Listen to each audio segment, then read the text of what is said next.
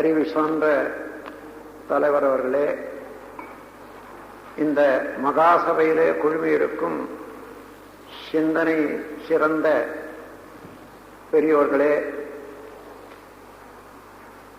அருள்நிதியர்களே, அருட்செல்வர்களே, தாய்மார்களே, உங்கள் அனைவருக்கும் எனது மகிழ்ச்சி, என்னுடைய வாழ்த்துக்கள். இன்முகம் என்பதை பற்றி சிந்திக்க இருக்கிறோம். அது எங்குமே தேடிப்பெற வேண்டியது இல்லை. நம்மிடம் இயல்பாக உள்ளது இன்முகம்தான். நம்மை சுற்றிலும் கோடி கோடி இன்பங்கள் அமைந்துள்ளன இயற்கையின் பேராற்றலால. ஒவ்வொன்றுமே நேச்சுரல் ரிதம் என்று சொல்வார்களே, அது போன்ற இயற்கை இனிமையோடு அணு முதல் கொண்டு அண்டையீராக முறை தவறாமல் இயங்கிக் கொண்டிருக்கிறது. ஒவ்வொரு பொருளும் அதனதன் அளவிலே அதனுடைய இயக்கத்தை நிகழ்த்தி கொண்டிருக்கிறது.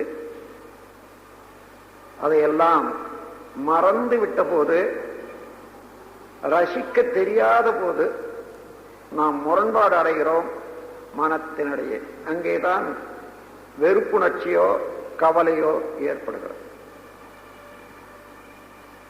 ஆசையை விட வேண்டியது அவசியம் இல்லை, வெறுப்பை விட்டால் அதுவே போதும் என்று ஒரு சூத்திரத்தில் நான் விளக்கியிருக்கிறேன்.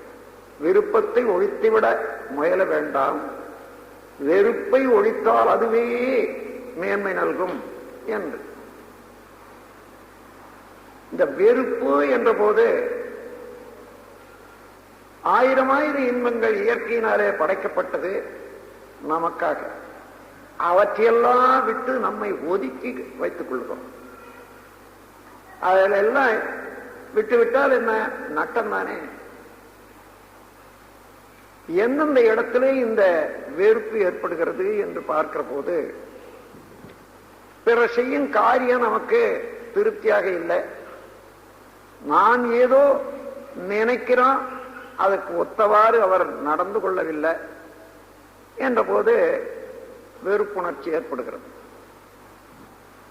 உண்மையிலேயே அது அவரிடம் தவறா என்று சிந்திப்போமையானால், இந்த உலகிலே தவறு என்று கூறுவதற்கு ஒன்றுமே இல்லை.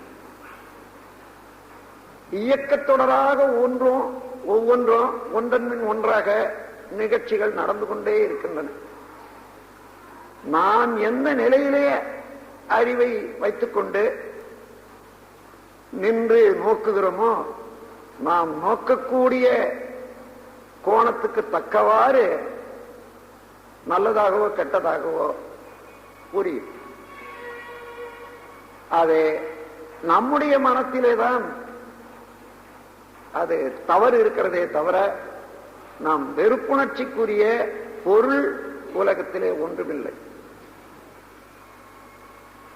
ஒரு நாள் நான் தாம்பரம் ரயில்வே ஸ்டேஷன்ல இறங்கி நடந்து வெளியே சென்று கொண்டிருக்கிறேன். யாரோ மலங்கழித்திருக்கிறார்கள், அங்கே தெரியவில்லை, கொஞ்சம் இருட்டு, கால் செருப்போடு அழிந்து விட்டது. அத ஒரு அசிங்கமான மன உணர்வு, வெறுப்புணர்ச்சி உண்மையிலேயே ஏற்பட்டது.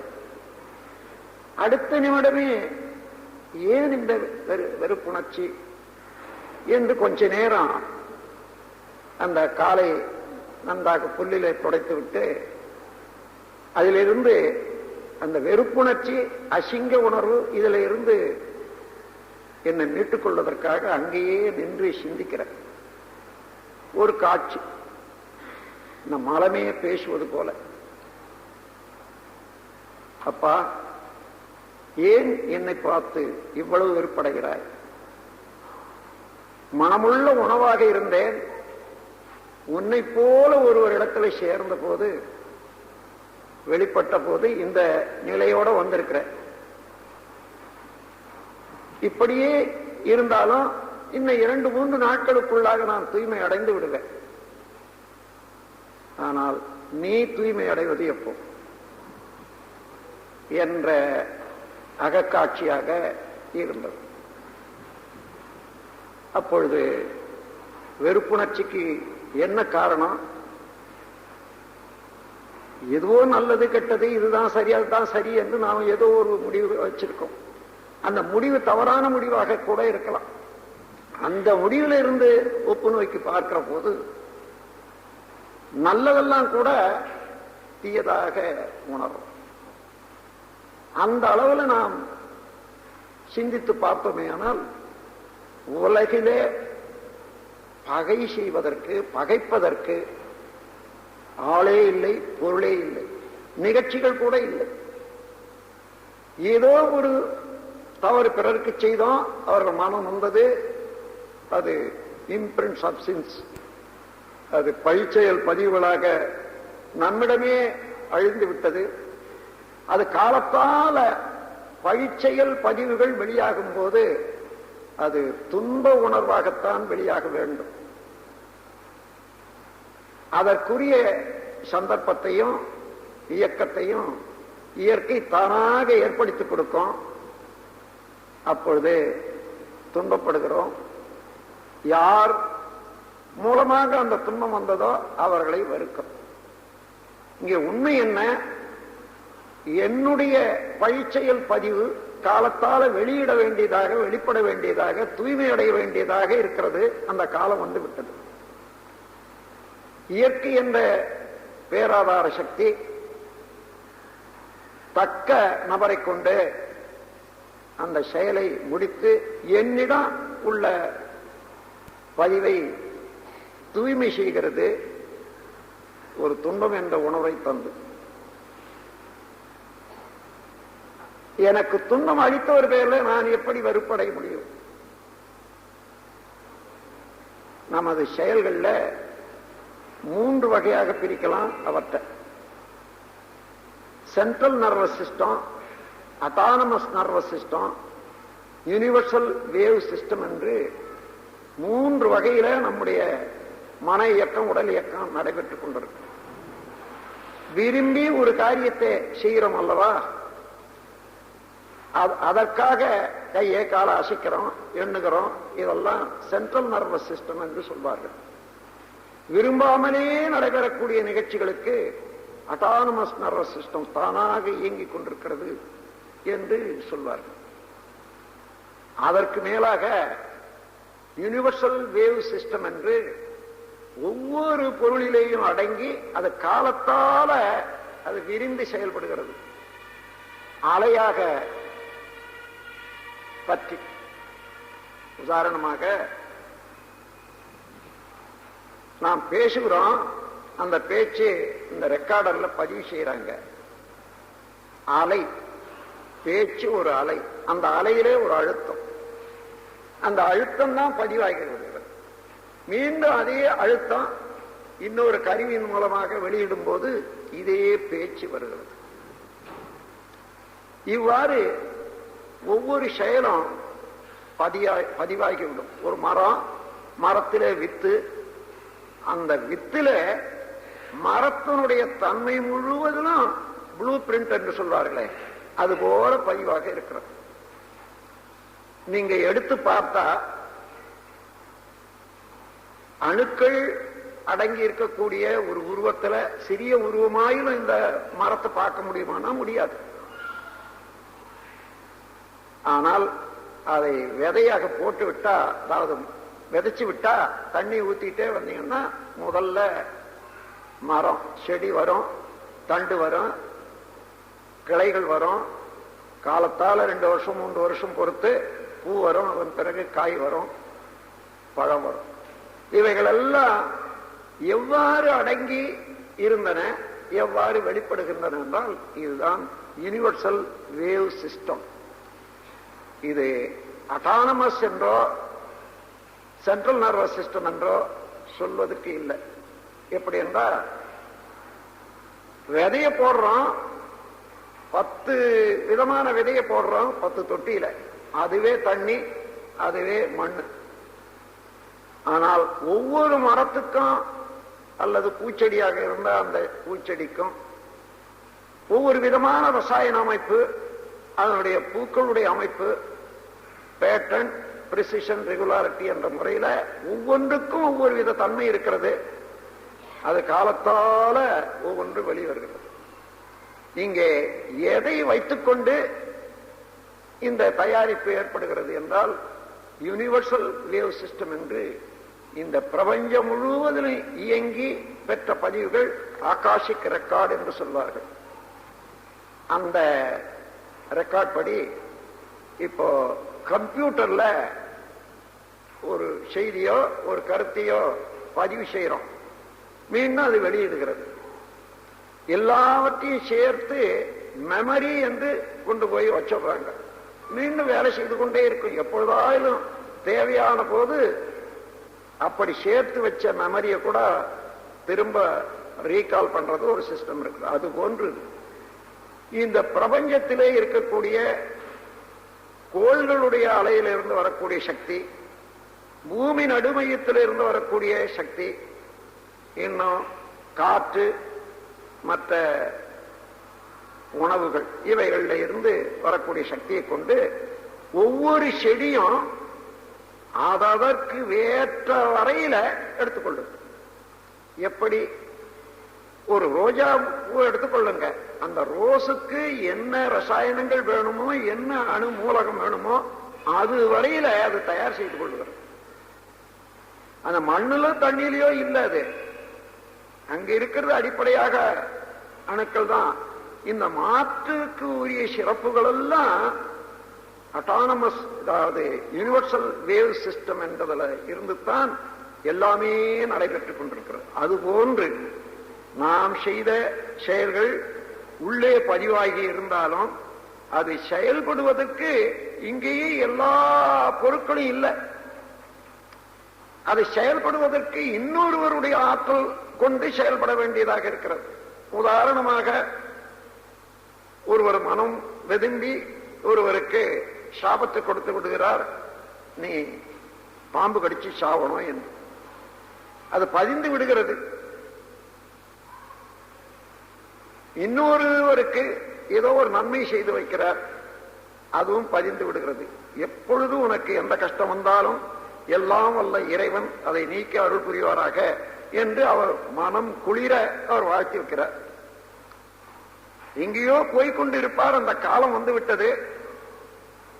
அங்கே ஒரு பாம்புக்கு இவருடைய எண்ணத்திலே பதிந்த பதிவு ஒரு பாம்புக்கு இயக்க வேகமாகி நேரா குறுக்க வரும், அது மேல கால வைப்பாரு, கடிச்சுவிடும். அந்த வேலை அது முடிஞ்சது. பாம்பின் மேல பகை கொள்ள முடியுமா இங்க? அதன் பிறகு பாம்பு கடிச்சதை விஷம் ஏறிட்டு யாரோ இப்படி அப்படி அலைகிறார்கள். ஓ, அந்த விஷ வைத்தியர் இந்த ஊருக்கு வந்திருக்கிறாரு, அது 4வது ஊர்ல இருந்து, அவர் இங்கதான் தங்கி இருக்காரு இன்னார் வீட்டுல என்று ஒருத்தர் சொல்லுவார். உடனே அவரை போய் அழைச்சிட்டு வராங்க. அது சரியாக விஷம் உரிய மருந்து கொடுத்தாயிடும். இங்கே ஏற்பட்ட பதிவு அது செயல்படுவதற்கு விரிந்த ஆற்றல் உள்ள பிரபஞ்சம் முழுவதும் விரிந்து இயங்கிக் கொண்டிருக்கக்கூடிய ஒவ்வொரு அணுவிலும் அறிவாக பேட்டர்ன், பிரிசிஷன், ரெகுலாரிட்டி என்ற பேரறிவாக இயங்கிக் கொண்டிருக்கக்கூடிய இயற்கை எந்த இடத்திலே யாருக்கு என்ன வேணுமோ அதை அவ்வாறே சேர்த்து கொடுக்கக்கூடிய செயலுக்கு கொண்டு வரக்கூடிய ஆற்றல் இறையருள் இருக்கிறது. இங்கே பாம்பின் மேலே பகை கொள்வதோ அல்லது வைத்தியரை பாராட்டுவதோ மாத்திரம் போராது. அதற்கு மூலமாக ஒரு வினையின் தொடராக, செயலின் தொடராக விளைவு வந்து கொண்டே இருக்கிறதே இது இயற்கையில. அதை தெரிந்து கொண்ட போது அமைதி கொள்ள வேண்டியதுதான். நான் தெரிந்தோ தெரியாமலோ ஒரு தவறு செய்தேன், அந்த தவறு இன்று துன்பமாக வந்து அது திருத்தம் செய்யப்பட்டு விட்டது என்ற போது, வலுவு கழிந்த போது என்ன பாராட்டத்தான் வேண்டும். அதே போல ஒருவர் துன்பம் செய்து விட்டார் என்றால் அவர் மேல குற்றமே இல்லை. என்னுடைய குற்றம், என்னுடைய பதிவு, இன்று வெளிப்பட வேண்டியதாக இருக்கிறது. அவர் மூலமாக வெளியாகிறது. அவரை இந்த யூனிவர்சல் வேவ் சிஸ்டம் என்று இறையருள் திருவருள் என்று சொல்வார்களே, அந்த நிலையில அது தூண்டிவிட்டு அந்த துன்பத்தை எனக்கு ஏற்படுத்தி இருக்கிறது. அதுக்கு காரணம் நானே தான். எங்கே அவரை போய் பகைத்தோ அவரிடம் வெறுத்து கொண்டோ என்ன ஆகும்? தேவையே இல்லை. அதற்கு பதிலாக என்னுடைய பதிவை நீக்கி என்னை தூய்மை செய்வதற்கு இறையருள் அந்த மனிதனை உபயோகப்படுத்திக் கொண்டதல்லவா? அவன் பாக்கியசாலி, அவன் வாழட்டும், வாழ்க வளமுடன், வாழ்க வளமுடன் என்று இதுதான் எதிரிகளை கூட வாழ்த்த வேண்டும் என்று வள்ளுவனார் கூறியிருப்பது. துன்பம் செய்தாலும் கூட அவருக்கு நன்மையே தான் செய்யணும். காரணம், துன்பம் செய்தது அவன் அல்ல, அதற்குரிய காரணம் நானே தான். இப்ப அவன் துன்பம் செய்யவில்லை, சரியாக பார்க்கிற இடத்துல எனக்கு நன்மை தான் செய்திருக்கிறான். அடங்கி இருந்த ஒரு அழுக்கை துடைத்து விட்டான், அவன் வாழ்க. இந்த மாதிரி இயற்கையினுடைய பேர அருள பிரபஞ்சம் முழுவதும் நிரம்பி ஒவ்வொரு அணுவிலும் அறிவாக இயங்கிக் கொண்டிருக்கக்கூடிய அதே ஆற்றல் எல்லா பொருளிடத்திலும் இருக்கிறது. அவரவர்களுடைய வினைக்கு தக்கவாறு காலத்தோட அதனுடைய விளைவுகளை கொண்டு வந்து சேர்க்கக்கூடிய ஆற்றல் திருவிளையாடல் என்று சொல்வார்கள். அந்த நிலையில நீங்கள் கவனித்து பார்ப்பீர்களே ஆனால் ஒவ்வொரு நிகழ்ச்சிக்கும் நாம் நேரடியாக காரணத்தை கண்டுபிடிக்கக்கூடிய அளவுக்கு அண்மையிலே நிகழ்ச்சிகள் இருந்தா கண்டுபிடிக்கலாம். இல்லையானா உண்மையிலேயே இந்த உண்மையை உணர்ந்து கொள்ளலாம். அதைதான் அதை அதிர்ஷ்டம் என்று சொல்வார்கள். திருஷ்டம் என்றால் தெளிவாக பார்க்கக்கூடியது, அதிர்ஷ்டம் என்றால் தெளிவாக புலன்கள் மூலமாக உணர முடியாது, ஆனால் நடைபெற்றுக் கொண்டிருப்பது. அதை அதிர்ஷ்டம் என்ற வார்த்தையினால சொல்வார்கள். அந்த முறையில சரியாக நாம் கவனிக்கும் இடத்து உலகிலே குற்றவாளி யாருமே இல்லை. ஒரு குற்றவாளியே இருக்கிறான் என்று நீங்கள் இன்று அவனை குற்றம் சாட்டலாம் நீதிமன்றத்தில். ஆனால் ஒரு மனிதன் குற்றம் செய்தானேயானால் அந்த குற்றம் செய்வதற்குரிய சூழ்நிலை, குற்றம் செய்வதற்குரிய ஒரு மனப்பான்மை, இவைகளெல்லாம் சமுதாயத்திலேயே இருக்கக்கூடிய குற்றம் தான். அப்படி பார்க்கும்போது சமுதாயம் என்பது ஒரு கூட்டு, அதுல நானும் ஒரு பார்ட்னர் தான் என்று எடுத்துக்கொள்ள வேண்டியதா இருக்கும். எனவே சமுதாய அமைப்பினிலேயே உள்ள குறைபாடே தனி மனிதன் குற்றங்கள் அனைத்துக்கும் மூலம். சமுதாயம் தனியாரை தண்டித்து மேலும் ஒரு தவறிழைக்கும் செய்கையினை நீதியெனில் நன்றோ. இப்பொழுது நாம் நீதி விசாரணை செய்து நீதி என்று வழங்குகிறோமே, இரண்டாவது குற்றம் என்பது என்னுடைய கருத்து. முதலிலே ஒரு மனிதன் குற்றம் செய்வதற்கு உரிய வாய்ப்பை கொடுத்து அவன் வளர்ந்த வகை, வளர்க்கப்பட்ட விதம், சமுதாயத்திலே உள்ள ஒரு அமைப்பு, குற்றம் செய்வதற்கு தூண்டிய காரணம் கூட சமுதாயத்தில் உள்ள அமைப்பு தான். அப்படி அவன் குற்றம் செய்த பிறகு அவன் மாத்திரம் குற்றவாளி என்று தண்டிப்பது இரண்டாவது குற்றம். குற்றவாளிக்கு உணர்த்துவது தவறில்லை. அதே நேரத்திலே இந்த குற்றத்துக்கு காரணமான சமுதாயம் திருந்த வேண்டும் என்று அந்த தண்டனை அளிப்பவர்கள் அதற்கு ஒரு தீர்ப்பு எடுத்துக்கொண்டால் அப்பொழுதுதான் நீதி என்பது செழிக்கும். ஆனால் அது இல்லை. நாம் இரண்டாவது குற்றத்தை தான் நீதி என்று எடுத்துக்கொள்கிறோம். அதே தன்மையிலே நாம் ஒவ்வொன்றையும் பார்க்கிறோம். எப்பொழுதும் ஏதேனும் ஒரு துன்பம் வந்தா, நட்டம் வந்தா, யார் மீதேனும் அதுக்கு குறைய சொல்லி நாம தப்பிச்சுக்கிறோம். அவரால் தான் வந்தது, அதனாலதான் வந்தது என்பது மனிதனுக்கு வழுக்கி போகக்கூடிய ஒரு தன்மை உண்டு. குற்றத்தை தான் ஏற்றுக்கொள்ளாது. வாசப்படியில போய் இடிச்சு கொள்வான். வாசப்படி இடிச்சதுன்னு தான் சொல்லுவானே தவிர நான் வாசப்படியில முட்டிக்கொண்டேன்னு சொல்றதில்லை. கல்லில போய் மோதிக்கொள்ளுவான். கல்லு இடிச்சு எடுத்துன்னு சொல்லுவான்.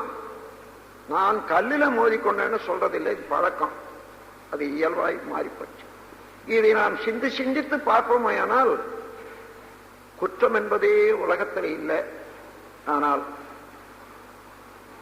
சமுதாய அமைப்பின்படி என்னென்ன செயல்கள் இப்படித்தான் செய்யணும் செய்யக்கூடாது என்று நாம் ஒரு ஏற்பாடு செய்து கொண்டிருக்கிறோம். அந்த ஏற்பாட்டுக்கு முரண்படாது இருக்க வேண்டியது அவசியம்தான். அது முரண்பாடு குற்றம்தான். ஆனால் அது வெறுப்படைவதற்கு இல்லை.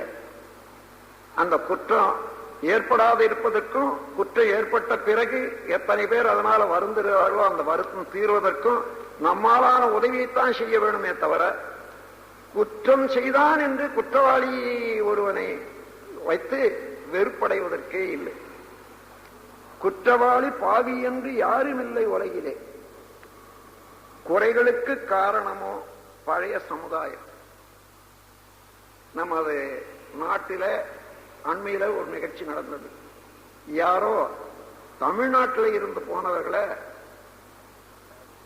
கர்நாடக நாட்டில் யாரோ ஒரு அடிச்சுட்டாங்களாம்.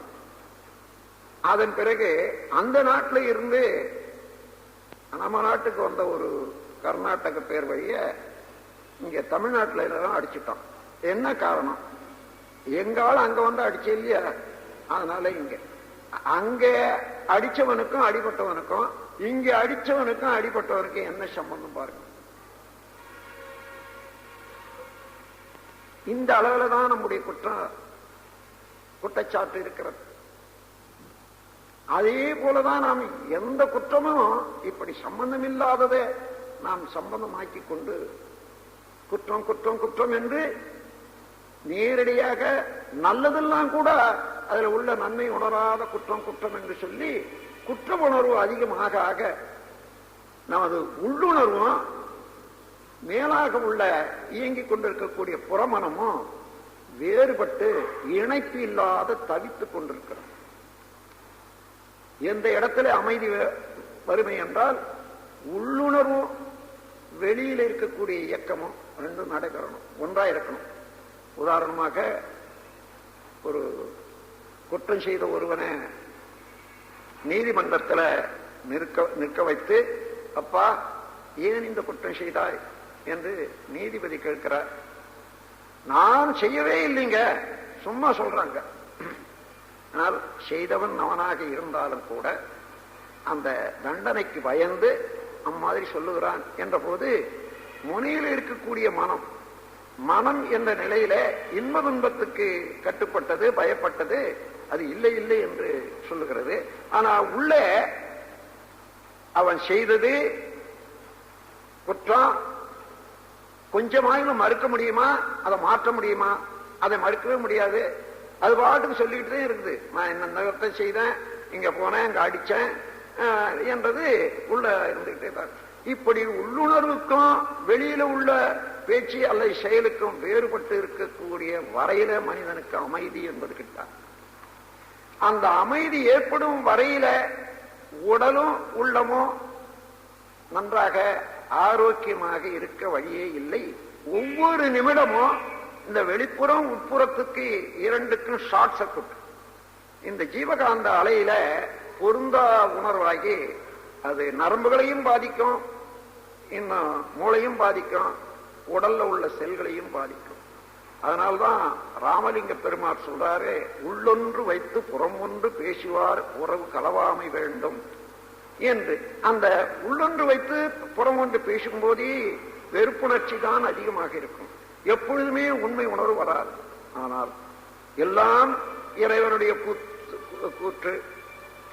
அவர்களுடைய அறிவு இருக்கிறது, தேவை இருக்கிறது. ஆங்காங்கே அவர்கள் இருக்கக்கூடிய நிலைமைக்கு தகுந்தவாறு செயல்களை செய்து கொண்டிருக்கின்றார்கள்.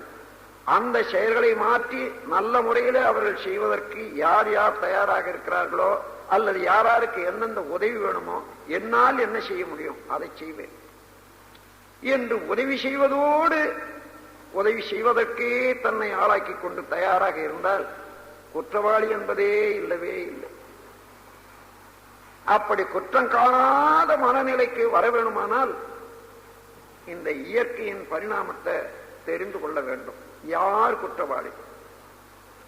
திருடுதற்கு சந்தர்ப்பம் கிட்டிடாமல் திருடனவன் நல்லவனாய் இருப்பதுண்டு. திருடியே பிழைப்போனின் செயலை மற்றோர் தெரிந்து கொள்ளும் வரையில் அவனும் யோக்கியன். திருடாத உத்தமனும் சந்தேகத்தால் திருட்டு குற்றம் சாட்டப்படுவதுண்டு. திருடினவன் பிடித்து விட்டோன் சொத்து சாட்சி சேர்ந்து நீதிமன்றம் வந்தும் கொய்த்ததுண்டு. யார் குற்றவாளி நிர்ணயிக்க முடியுமா? ஆகையினாலே குற்ற உணர்வு நம்மிடம் வேண்டாம். சட்டம் இருக்கிறது, சட்டத்தின் கீழே குற்றங்கள் காணப்படுகின்றன. ஆனால் அந்த குற்றத்தை போக்குவது யார்? குற்றவாளிகளை யார் தண்டிக்கிறாங்கன்னு பார்த்தா குற்றமற்றவனாக இருந்து தண்டித்தா பரவாயில்லையே. அது இந்த உலகத்தில் நடக்கக்கூடிய நிகழ்ச்சியா? மூன்றாவது குற்றம். முதல்ல தனி மனிதன் குற்றம் செய்வதற்குரிய வாய்ப்பை அளித்த சமுதாயத்துக்கு அது ஒரு குற்றம். இரண்டாவது, அவன் மாத்திரம்தான் குற்றவாளி என்று அவனை தண்டிப்பது என்பது இரண்டாவது குற்றம். இன்னொரு குற்றவாளி அவனை விட மேலான அதிக கடும் குற்றவாளிய அவனை தண்டிக்க செய்யறது இருக்குதே, இந்த மூன்றாவது குற்றம். எங்க நீதி? நீதியை நோக்கி சென்று கொண்டிருக்கிறோம், ஆனால் இன்னும் நீதி நிலைநாட்டவில்லை. அதுவரையில சட்டத்தை ஏற்றுக்கொள்வோம், சம்பிரதாயங்கள் எல்லாம் ஏற்றுக்கொள்வோம். ஆனால் நம்மிடம் உள்ள குற்ற உணர்வை தள்ளிவிட்டு எல்லோருக்கும் இனிமை செய்யும். குற்றவாளி என்பதை தண்டித்தாச்சு, ஆனால் அவனுக்கும் அங்கே இருந்து வெளியே வர்ற வரையில உணவு வேண்டிய ஏற்பாடெல்லாம் செய்ய ஏற்பாடு அதே அறிவில செய்திருக்கிறாங்க. நடைமுறையில செய்கிற போது கொஞ்சம் அது சரியாக வராதிருக்கலாம்.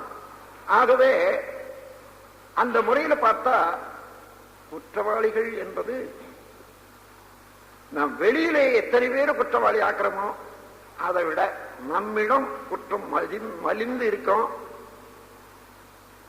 ஆழ்ந்து ஆழ்ந்து ஆராய்ச்சி செய்து நம் குற்றத்தை நீக்கிக் கொள்ள முயலும் போது பிறர் குற்றத்தை மன்னிக்கக்கூடிய தகமை ஏற்படும். பிறர் குற்றத்தை மறக்கக்கூடியது அல்லது பாராட்டாமல் அவர்களுக்கு நன்மை செய்யக்கூடிய அறிவு வந்துவிடும். இந்த முறையிலே நாம் சிந்தித்து உண்மையிலேயே குற்றம் யாரிடமும் இல்லை. யுஎஸ்ஏ லாஸ் ஏஞ்சலஸ், அங்கே தாமஸ் மென்டல் பிசிக்ஸ் என்று ஒரு நிறுவனம், அங்கே ஒரு பெரிய ஹால், அங்கே ஒரு கூட்டம், பொதுக்கூட்டம் போட்டாங்க. அங்கே இந்த கூட்டத்தில் மனிதனுடைய பிஹேவியர், நடத்தையை பற்றி நான் உரையாற்றி முடித்தேன். பல இருந்து பல கேள்விகள். அப்பொழுது ஒரு அம்மையார் கேட்கிறார், இந்த நாட்டிலே மற்ற நாடுகளை விட ஆண் பெண் அவர்கள் விருப்பம் போல நெருங்கி பழகுவதற்கு இடம் இருக்கிறது. இந்த சமுதாயத்தில் அதிகமாக கட்டுப்பாடு இல்லை. அப்படி இருந்தும் கூட இந்த நாட்டிலே அதிகமாக ரேப், கற்பழித்தல் என்ற குற்றம் நடக்கிறதுக்கு என்ன காரணம் சுவாமிஜி என்று ஒரு அம்மையார் கேட்கிறார். அதனால் you are asking me a sensitive question, I am hesitating to answer ன்னு சொன்னேன். அது ரொம்ப எனக்கு துணிவாகவே இல்லையே அதுக்கு பதில் சொல்றதுக்கு. இல்லை இல்லை, ஐ வாண்ட் யுவர் ஒப்பீனியன், நீங்க தைரியமா சொல்லுங்க. நான் சொன்னேன், இந்த நாட்டில் ஒரு இளம் பெண் ஒரு 10 வாலிபர்களோட நெருங்கி பழகிறா, மிகவும் சிநேகமாக, நட்பாக. ஒவ்வொரு வாலிபரும் தனக்கு இவள் உரியவளாக வருவாள் என்ற ஒரு எண்ணத்தையும் ஆசையும் அதன் மூலமாக வளர்க்கப்பட்டு விடுகிறார். ஒவ்வொருவரும் அவளையே நோக்கி அவளை அடையணும் என்ற ஒரு பதிவு ஏற்பட்டு போகுது. விருப்பமும் அதிகமாகுது. கடைசியில ஒருவனை தேர்ந்தெடுத்துக் கொள்றா, மற்றவர்களெல்லாம் ஏமாந்து போறாங்க. இந்த ஏமாற்றம், இந்த பதிவு கூடிக்கொண்டே வருகிறது. ஏதோ ஒரு முரடன் தனியாக சந்திக்கக்கூடிய நேரம் வர்ற போது அவளிடம் இந்த 10 பேருடைய பதிவு இருக்கிறதே, அந்த பதிவு முரளங்கிட்ட திருப்பி பிரதிபலித்து அவன் கற்பழிப்பு என்ற முறையில அதை ஈடேற்றி விடுகிறான். அப்ப அதுக்கு காரணம், இப்போ ரேபிஸ்ட் என்ற கற்பழித்தவனாண்ட மாத்திரம் இல்லை, இந்த சமுதாயத்தில் உள்ள பழக்கம், அந்த பழக்கமே அதற்கு வழிவகுத்தது என்று விளக்கின ஒத்துக்கொண்டாங்க. அம்மாதிரி ஆனால் அம்மாதிரி குற்றவாளிகளை தண்டிக்காத எப்படி விட்டுடுறது? கட்டாயம் தண்டிக்கணும். ஆனால் அப்படி அந்த குற்றவாளிகளை தூக்கில போடணும்னு நீங்க சொன்னீங்க, சொல்றாங்க அவங்க. அந்த மாதிரி ரேபிஸ்ட தூக்கில போடணும், விடக்கூடாதுன்றாங்க. அந்த மாதிரி குற்றவாளிகளை தூக்கில போடுறதுன்னா இந்த உலகத்துல நான் சுமார் ஒரு 50% ஆள் தான் நிற்கும். 50% தூக்கில போட வேண்டியது இருக்கு நாளைக்கேன்னு சொன்னேன். இல்ல இல்ல, அது அப்படியே இல்லை, அப்படி ஆகாதுன்னு. ஆனா கற்பழித்தல் என்றதுக்கு ஒரு அர்த்தம் என்னன்னு கேட்டேன். சும்மா இருந்தாங்க. நான் சொல்றேன், ஒரு பெண் சம்மதம் இல்லாமல் ஒரு ஆண் அக்ரசிவா, அதாவது வற்புறுத்தி நிர்பந்தித்து அவள் விருப்பத்துக்கு மாறாக அந்த உடலை அனுபவித்தால் அதுதானே கற்பழிப்பு என்று சொன்னேன். ஆம், எல்லாரும் ஆம் ஆமா. கணவன் மனைவி உறவிலேயே எத்தனை கணவன்மார் தன்னுடைய மனைவியிடமே இம்மாதிரி நடந்து கொண்ட காலம் உண்டு என்று கொஞ்சம் யோசித்து பாருங்கன்னு சொன்னேன். அப்போ எல்லோருமே அப்படி பெண்ணுக்கு விருப்பமில்லாது நிர்பந்தப்படுத்தி உடல் உறவு கொண்டது கற்பழிப்பு என்றது ஒத்துக்கொண்டா எத்தனை பேர் இப்ப நாளைக்கு தூக்குக்கு போகணும்?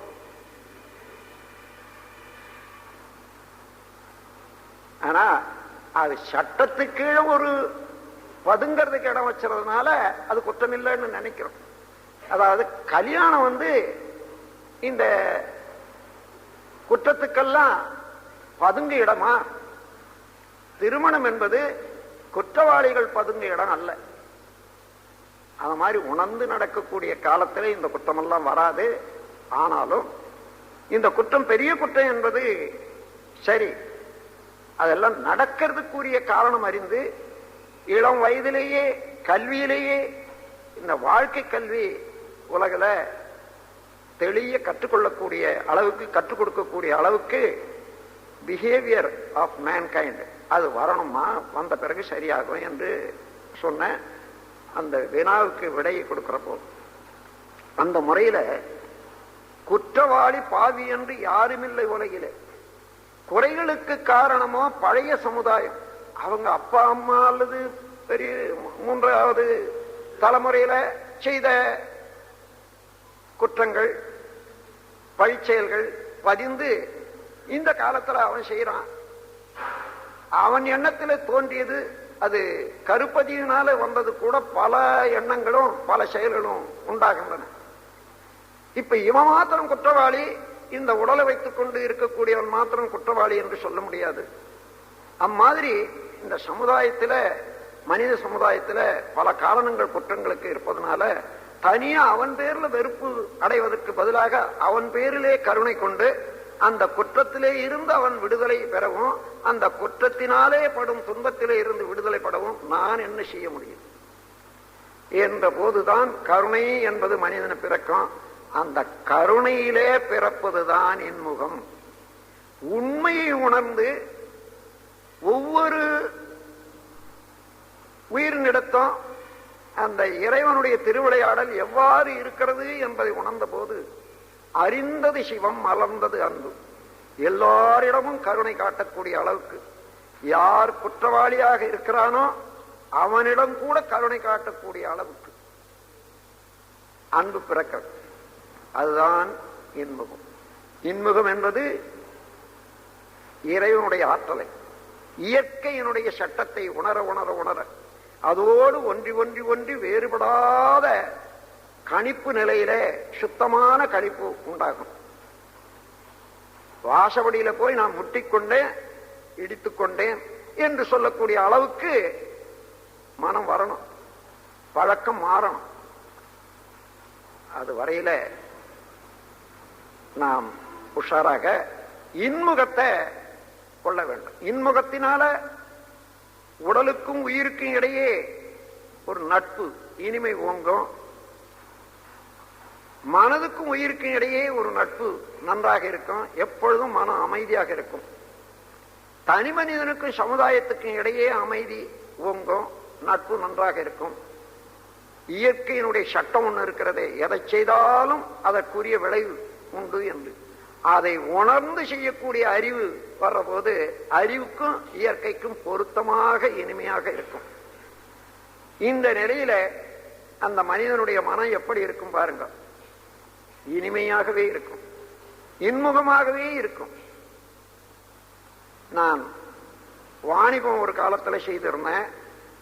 லட்சக்கணக்கான பணம் திரண்டு கொண்டு இருக்கும் போது அப்பொழுது நோக்கி பார்க்கிறேன், எத்தனையோ மாறுதல் வந்து விட்டது இந்த வாழ்க்கையில. இன்று இப்படியே பணம் பிறழுகிறது, இது எங்க போய் நிற்கும், எவ்வளவு நாளைக்கு இருக்கும் என்று நோக்கி பார்க்கிறேன். அப்பொழுது என் ஜனனம் என் மரணம் இரண்டையும் யான் அறியேன். யாருக்குமே ஜனனமும் தெரியாது, மரணமும் தெரியாது, தெரிய போறது இல்லை. தெரியாத நிலையில அறிவு இருக்கிற போதுதான் ஜனனம் உண்டாகுது, மரணமும் மறந்து போன பிறகுதான் மரணம் உண்டாகுது. என் ஜனனம் என் மரணம் இரண்டையும் யான் அறியேன். எனினும் அவ்விரு நிகழ்ச்சி என் உளத்தில் கொண்டே பொன் முதலாய் பொருள் அனைத்து இட்டுகின்றேன். இவற்றை புவி வாழ்வின் இயல்புவக்க பொது நலமே கருதி நன்மையனும் வழிகளிலே வைத்து செலவாக்கி நச்சமயம் வாய்க்குமெனில் அனைத்தையும் அழிப்பேன். இன்முகமும் எளிமையுமே எனது செல்வம், வீடோ ஏகவெளி என்று எண்ணி யான் துறவு கொண்டேன் என்று பொருட்கள் பெருகி வெள்ளம் போல பெருகி வந்த காலத்துல சிந்தனை செய்து எடுத்த முடிவோடு வந்த கவி உலக சமாதானம் என்ற நூல்ல 1957 வெளிவந்த நூல் அது. அந்த நூல்ல இருக்கிறது. இப்போ அந்த நூல் இருந்தா பாருங்க. அதுக்கு காலம் வந்த போது அதே போன்று அவ்வளவு பணம் தொகை எல்லாம் நல்ல முறையில நிறைவு செய்து இப்பொழுது உங்க முன்னால நான் இருக்கிறேன். அன்றைக்கும் இனிய முகம்தான், இன்றைக்கும் உங்களோடு இனிய முகத்தோடு இருக்க முடிகிறது. உண்மை உணர்வு பெறும்போது இனிமையான உணர்வு தான் இருக்கும். நோயிலிருந்து மீட்டுக் கொள்ளலாம், மனநோயிலிருந்து மீட்டுக் கொள்ளலாம், உடல் நோயிலிருந்து மீட்டுக் கொள்ளலாம். அது மாத்திரமில்ல, இன்முகம் என்ற ஒன்றை ஒருவரை நாடி சுற்றில இருக்கக்கூடியவர்கள் எல்லாம் சொந்தக்காரர்களாக அவருக்கு உரியவர்களாக மாறிவிடுகிறார்கள். இன்முகம் இல்லையே பகை என்ற உணர்வு இருந்தால் எல்லாருமே பகைவர்களாக, சொந்தம் என்பது ஒரு வார்த்தை அளவில் இருக்குமே தவிர உண்மையான உணர்வுல சொந்தம் பாராட்ட முடியவே முடியாது. எனவே மகாத்மா காந்தியை போன்ற இன்முகம் காட்டிய ஒருவர் உலகுக்கெல்லாம் நண்பராகவே இருந்தார் என்றால் இன்முகம்தான் காரணம். அந்த முறையில இன்முகத்தை வளர்த்துக் கொள்வதற்கு குற்றவாளிகள் என்ற எண்ணத்தோடு யாரையுமே பார்க்க வேண்டாம். அது சட்டத்தின் மூலமாக சமுதாய சம்பிரதாயத்துக்கு ஏற்றவாறு அது வைக்கப்பட்டிருக்கிறது. அது சரி, அந்த அளவில் அதை ஒப்புக்கொள்வோம்.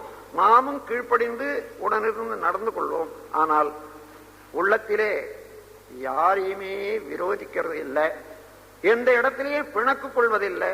எல்லாமே நிகழ்ச்சிகளா இறைவனுடைய திருவிளையாடல் படி ஒன்றன் பின் ஒன்றாக காரண விளக்கங்களோட காரண காரியங்களோட வந்து கொண்டு இருக்கிறது என்ற உண்மையை உணர்ந்து எல்லாவற்றையும் எது வந்தாலும் ஏற்றுக்கொள்றதுக்கு தயாராக இருந்து கொண்டு அதே நேரத்தில் உயிர்களிடத்துல அன்பும் கருணையோடு நாம் உதவி செய்வதற்கு தயாராக இருக்கிற போதெல்லாம் நமக்கு இன்முகம்தான் இருக்கும் என்று கூறி இந்த இன்முகத்தை வளர்த்துக் கொள்வதற்கு, மன உறுதி கொள்வதற்கு, மன அமைதி பெறுவதற்கு நல்ல முறையிலே தவத்தை செய்து வாருங்கள். தவத்தின் மூலமாக அகத்தாய்வு செய்து கொள்ளுங்கள். பேராசை, சினம், கவலை இந்த மூன்றையும் விட்டு பாருங்க. மிச்சம் இருப்பது என்ன? இன்முகம்தான். அதோடு மட்டுமல்ல, இந்த இன்முகத்தோட இருக்கணும்னா எதிர்பார்க்கிறத தவிர்க்கணும். நாம எந்த நேரமும் நமக்கு தெரிஞ்சவங்க 4 பேர் இருந்தா அவர் இப்படி செய்யணும், இவள் இப்படி செய்யணும், இவர் இதை கொடுக்கணும், என்னுடைய கருத்தை இவர் இப்படி ஒத்துக்கொள்ளணும் என்று எப்பொழுதுமே அவர்கள் நமக்கு அடங்கி இருக்க வேண்டும் என்ற எண்ணத்திலேயே நம் விருப்பம் போல நடக்க வேணும் என்ற எண்ணம் வச்சிருக்கோமே, இந்த எதிர்பார்ப்பு அடியோட விட்டுவிடும். இந்த எதிர்பார்ப்புல எப்பொழுதும் நாம் எதிர்பார்க்கிறது சரியா வராது. ஒரு எதிர்பார்ப்பு என்றால் 4 பரிமாணங்கள் அதுக்கு உண்டு. Judgement of the need, quantity, quality, time என்று. அதாவது அது அவசியம் என்ற மதிப்புணர்வு, அது அளவு, தன்மை, காலம். இந்த 4 வச்சுதான் உன்னை எதிர்பார்க்கிறோம். ஆனா நாம் அது அவசியம் என்று உணர்கிறோமே அல்லது அதுக்குரிய மதிப்பளிக்கிறோமே, அதே போல அவர்களை அளிக்க மாட்டார்கள். அந்த இடத்திலேயே வேறுபடும். அப்படி அளித்தாலும் எவ்வளவு வேணும் என்று நாம் நினைக்கிறோமே அதே அளவு அவர்கள் அது உணர நீதியாக கொள்ள மாட்டார்கள். அங்கே மாறிவிடும். அதன் பிறகு எந்த முறையிலே தன்மையில என்று நினைக்கிறோமே அங்கேயும் மாறிவிடும். எந்த காலத்திலே என்று எண்ணுகிறோம் பாருங்க, அதுவும் மாறிவிடும். ஒரு குடும்பம் எடுத்துக்கொள்ளுங்க. கணவன் மனைவி 2 பேரும் உட்கார்ந்து இருக்காங்க. பிச்சைக்காரன் வந்து தெருவில் அம்மா பிச்சை என்று கேட்கிறான். உடனே அந்த அம்மா எழுந்திருக்கிறான். ஏன், என்ன அவசரம்? இல்லை, யாரோ பிச்சைக்காரன் சாப்பாடு கேட்கிறான். கேட்டா என்ன, போய்வான்னு சொல்லிட்டு சொல்ல வேண்டியதுதானே? இல்லைங்க, கையில சாப்பாடு இருக்குது, அதை கொஞ்சம் போட்டுட்டு வந்துடுறேன். இங்கே அவ்வளவு அவசியம்தானா என்று அந்த அம்மையார் உணர்ந்தது. அந்த அளவுக்கு இவர் உணரல. அங்க வேறுபட்டது. சரி, அந்த அம்மா எடுத்துட்டு வரா கையில சாதத்தை. இவர் பாக்குறாரு, இன்னும் இவ்வளவு சாதமா, ஒரு ஆளுக்கு போதுமா இருக்குதே, இவ்வளவா ஒரு பிச்சைக்காரனுக்கு போடுறது? அந்த அம்மா சொல்றா, அதுக்கப்புறம் போட்டுட்டு வந்து அவ்வளவு மிச்சங்க, அது இருந்தாலும் கெட்டு போடும், அவனுக்கு பசியா இருக்குது சாப்பிட்டோன்னுட்டு. இப்போ அளவுல வித்தியாசம். இவருடைய கருத்துக்கும் அந்த அம்மாவுடைய கருத்துக்கும் அந்த அளவுல வித்தியாசம். அதாவது judgement of the need, quantity, quality. எடுத்துட்டு போனா, அம்மா இந்த சாதத்தை வச்சுக்கிறதுக்கு வாங்கறதுக்கு இல்லையம்மா ஒன்னும். உடனே உள்ள வந்தா ஒரு இலையை எடுத்துட்டு ஓடுறான். ஏன் இலையை எடுத்துட்டு போற? இல்லைங்க, அந்த பிச்சைக்காரன் கையில ஒண்ணும் வச்சில்ல, அது துணியை விரிச்சு கொட்டிட்டு வருவியா, நீ இலை எடுத்துட்டு போவியா என்று சொல்லுவோம். இங்கே தன்மை வேறுபாடு. அதன் பிறகு முதல்லயே காலம். இப்ப என்ன, எல்லாம் சாப்பிட்டாகட்டும் போடுறேன்னுட்டு சொல்லி போய் வாயா, போய் எல்லாம் சுத்திட்டு வரும்போது வான்னு சொல்ல வேண்டித்தானே என்றாரு. இல்லைங்க, இப்போ போட்டாதான் அவன் நாம அப்புறம் தூங்குற போது வந்து கேட்டான்னா நாம் என்ன பண்ண முடியும்? வராதியே போவான், வருவான், அந்த சமயத்தில் தூங்கிடுவான். அதனால இப்போ இப்படி எந்த எதிர்பார்ப்பும் 4 தன்மைகள் அடங்கி உள்ளன என்பதை நீங்க ஆராய்ச்சி செய்துங்க. ஜட்ஜ்மெண்ட் ஆஃப் த நீட், நாம் இது சரி என்று உணர்றோமே, அங்கேயே ஒன்று இருக்கிறது. அதன் பிறகு குவான்டிட்டி, அளவு, அது தன்மை, அதுக்கு காலம். இந்த 4ஆல வேறுபடும். ஆளுக்கு ஆள், இடத்துக்கு இடம், நேரத்துக்கு நேரம். ஆகவே எப்பொழுதும் நாம் எதிர்பார்க்கிறது அதே போல வராது. எதிர்பார்த்து விட்டோம் என்று சொன்னா நம்ம மனத்தால ஒரு எல்லை கட்டி கொள்றோம், விலங்கு போட்டுக் கொள்றோம். அது நீதியாக சரியாக என்ன நடக்கணுமோ வரும்போது ஏற்றுக்கொள்ள முடியாத தவிர்க்கிறோம். மனம் உடையுது, இடிபடுது. இப்படி ஒவ்வொரு நாளைக்கும் இந்த எதிர்பார்ப்பிலேயே ஏமாற்றம் அடைந்து அடைந்து அடைந்து இடிபடுவது மனம் என்றைக்கு அமைதி பெற முடியும், என்றைக்கு சிந்தனை உயர முடியும் எண்ணி பாருங்க. ஆகையினால எதிர்பார்ப்பதை அடியோடு விட்டுவிட வேண்டும். என்ன இதுவரையில நான் என்னென்ன செய்து இருக்கேன், எனக்குரியது வந்து கொண்டுதான் இருக்கும். ஒவ்வொரு செயலுக்கும் விளைவு உண்டு. அந்த விளைவு தக்க காலத்துல வந்தே ஆகும். இதுதான் இயற்கையினுடைய நியதி. ஆகையினால எனக்கு இது கட்டாயம். எனக்கு வரக்கூடியது நான் எதிர்பாராது இருந்தால் வராது நிற்காது, வரும். ஆகையினால வர்றது வரட்டும். எது வந்தாலும் ஏற்றுக்கொள்வதற்கு நான் தயாராக இருப்பேன். ஏற்றுக்கொண்ட பிறகு அதை எப்படி சரி கட்ட வேணும், எதை கொள்ள வேண்டும், எதை தள்ள வேண்டும், ஏதோடு நாம் எதிர்த்து போராடி அதை வெற்றி கொள்ள வேண்டும் என்றெல்லாம் அதன் பிறகுத்தான் பார்த்து கொள்ளணும் என்ற முறையில நாம் தயாரிப்பு நிலையில இருக்கிற போது மனம் விசாலமாக இருக்கும், அமைதியாக இருக்கும், அங்கே இனிமையாக இருக்கும். இன்ப உணர்வு, இன்முகம் அங்கேதான் உண்டாகும். அதோடு யாராயும் தெரிந்தோ தெரியாமலோ நம்மை பகைப்பான். அந்த பகை உணர்வுக்கு வழி ஏற்படும். அதற்கு பதிலாக அவர்களை நினைந்து வாழ்த்திக் கொண்டே இருப்போம். நீ வாழ்க வளமுடன். அந்த உருவத்தை மனதிலே வைத்துக் கொண்டு நீங்கள் பல தடவை வாழ்த்துங்கள். இந்த வாழ்த்தின் காரணமாக எழக்கூடிய எண்ண அலைகள் இருக்கிறதே, ஒவ்வொரு அலைக்கும் ஐவகை இயக்கம் இருக்கிறது என்று 2 நாட்களாக பல தடவை சொல்லியிருக்கேன்.